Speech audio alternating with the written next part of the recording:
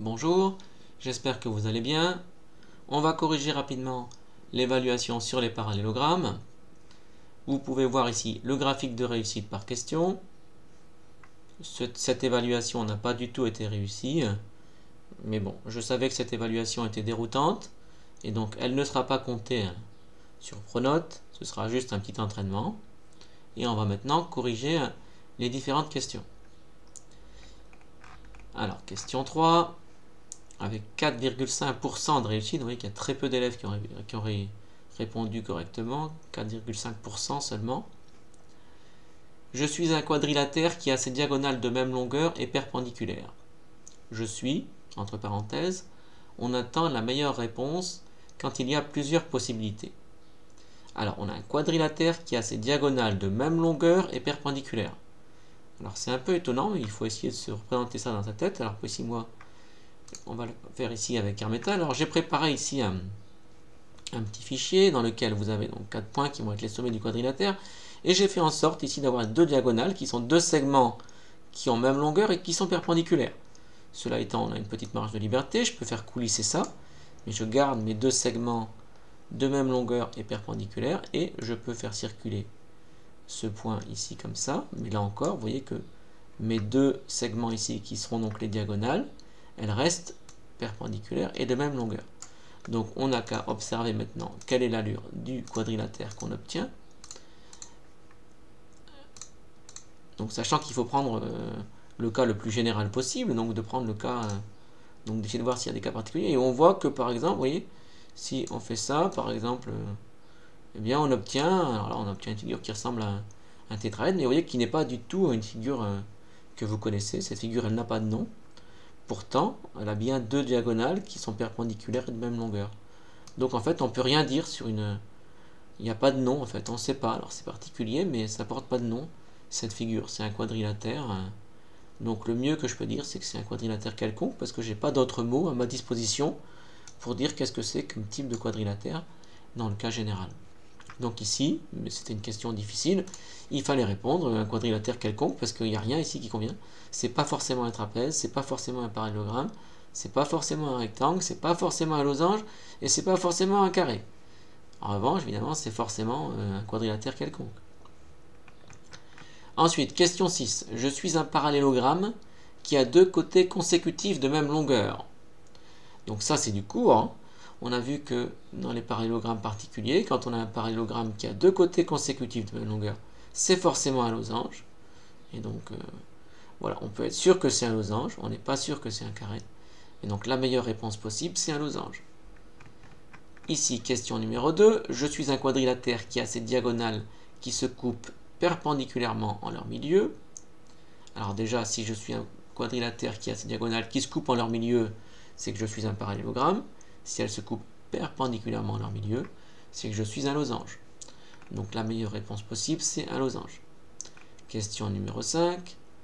Je suis un parallélogramme qui a ses diagonales de même longueur. Alors un parallélogramme qui a ses diagonales de même longueur, c'est du court, c'est forcément un rectangle. Question numéro 8. Je suis un parallélogramme qui a ses diagonales qui se coupent en leur milieu. Je suis. Mais en fait, ce qui se passe, c'est que si on est un parallélogramme, on a toujours les diagonales qui se coupent en leur milieu. Donc ici, ce qu'on a précisé, là, ça sert à rien, parce que si on a un parallélogramme, on a toujours les diagonales qui se coupent en leur milieu. Donc dire je suis un parallélogramme qui a ces diagonales qui se coupent en leur milieu, c'est pareil que dire je suis un parallélogramme. Ça n'apporte rien de plus. Parce que ça, c'est forcément impliqué par le fait que c'est un parallélogramme. Donc par conséquent, le mieux qu'on peut répondre, c'est un parallélogramme. Ici, question 10. On veut tracer un parallélogramme en géométrie de la tortue avec Scratch. Vous voyez, en revenant à la position initiale et à l'orientation initiale. Donc dans le script suivant, quel angle doit-on mettre dans le bloc incomplet? Alors, on sait que voilà, on peut le faire en bouclant, on l'avait vu ici en exercice, là, qu'en répétant deux fois la même chose, on arrive à faire le parallélogramme. Donc il va d'abord une fois là, et ensuite, hop, une deuxième fois. On sait que dans un parallélogramme, les angles consécutifs sont supplémentaires. Donc cet angle ici, là, que je représente, et celui-ci, ils sont supplémentaires. Donc leur somme, elle fait 180. Mais si ça marche pour les angles du parallélogramme, ça marchera également pour les angles dont tourne la tortue, qui est donc cet angle-là et cet angle-là. Eux aussi, ils sont supplémentaires, parce qu'en fait, si ces deux-là, ils sont supplémentaires, forcément, ces deux-là, ils sont également supplémentaires, parce qu'en fait, on retrouve celui-là ici, et on retrouve celui-ci ici. Donc, par conséquent, il faut que la somme de 38 et de celui-là, ça fasse 180.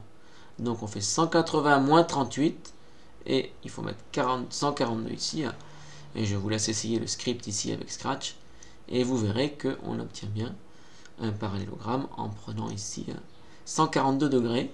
Donc je répète, il faut faire 180 moins 38 degrés, parce que l'angle qui est ici et l'angle qui est ici, donc les angles dont on tourne quand on fait un parallélogramme, sont supplémentaires, parce que les angles du parallélogramme sont eux aussi supplémentaires. Passons maintenant à la question numéro 9.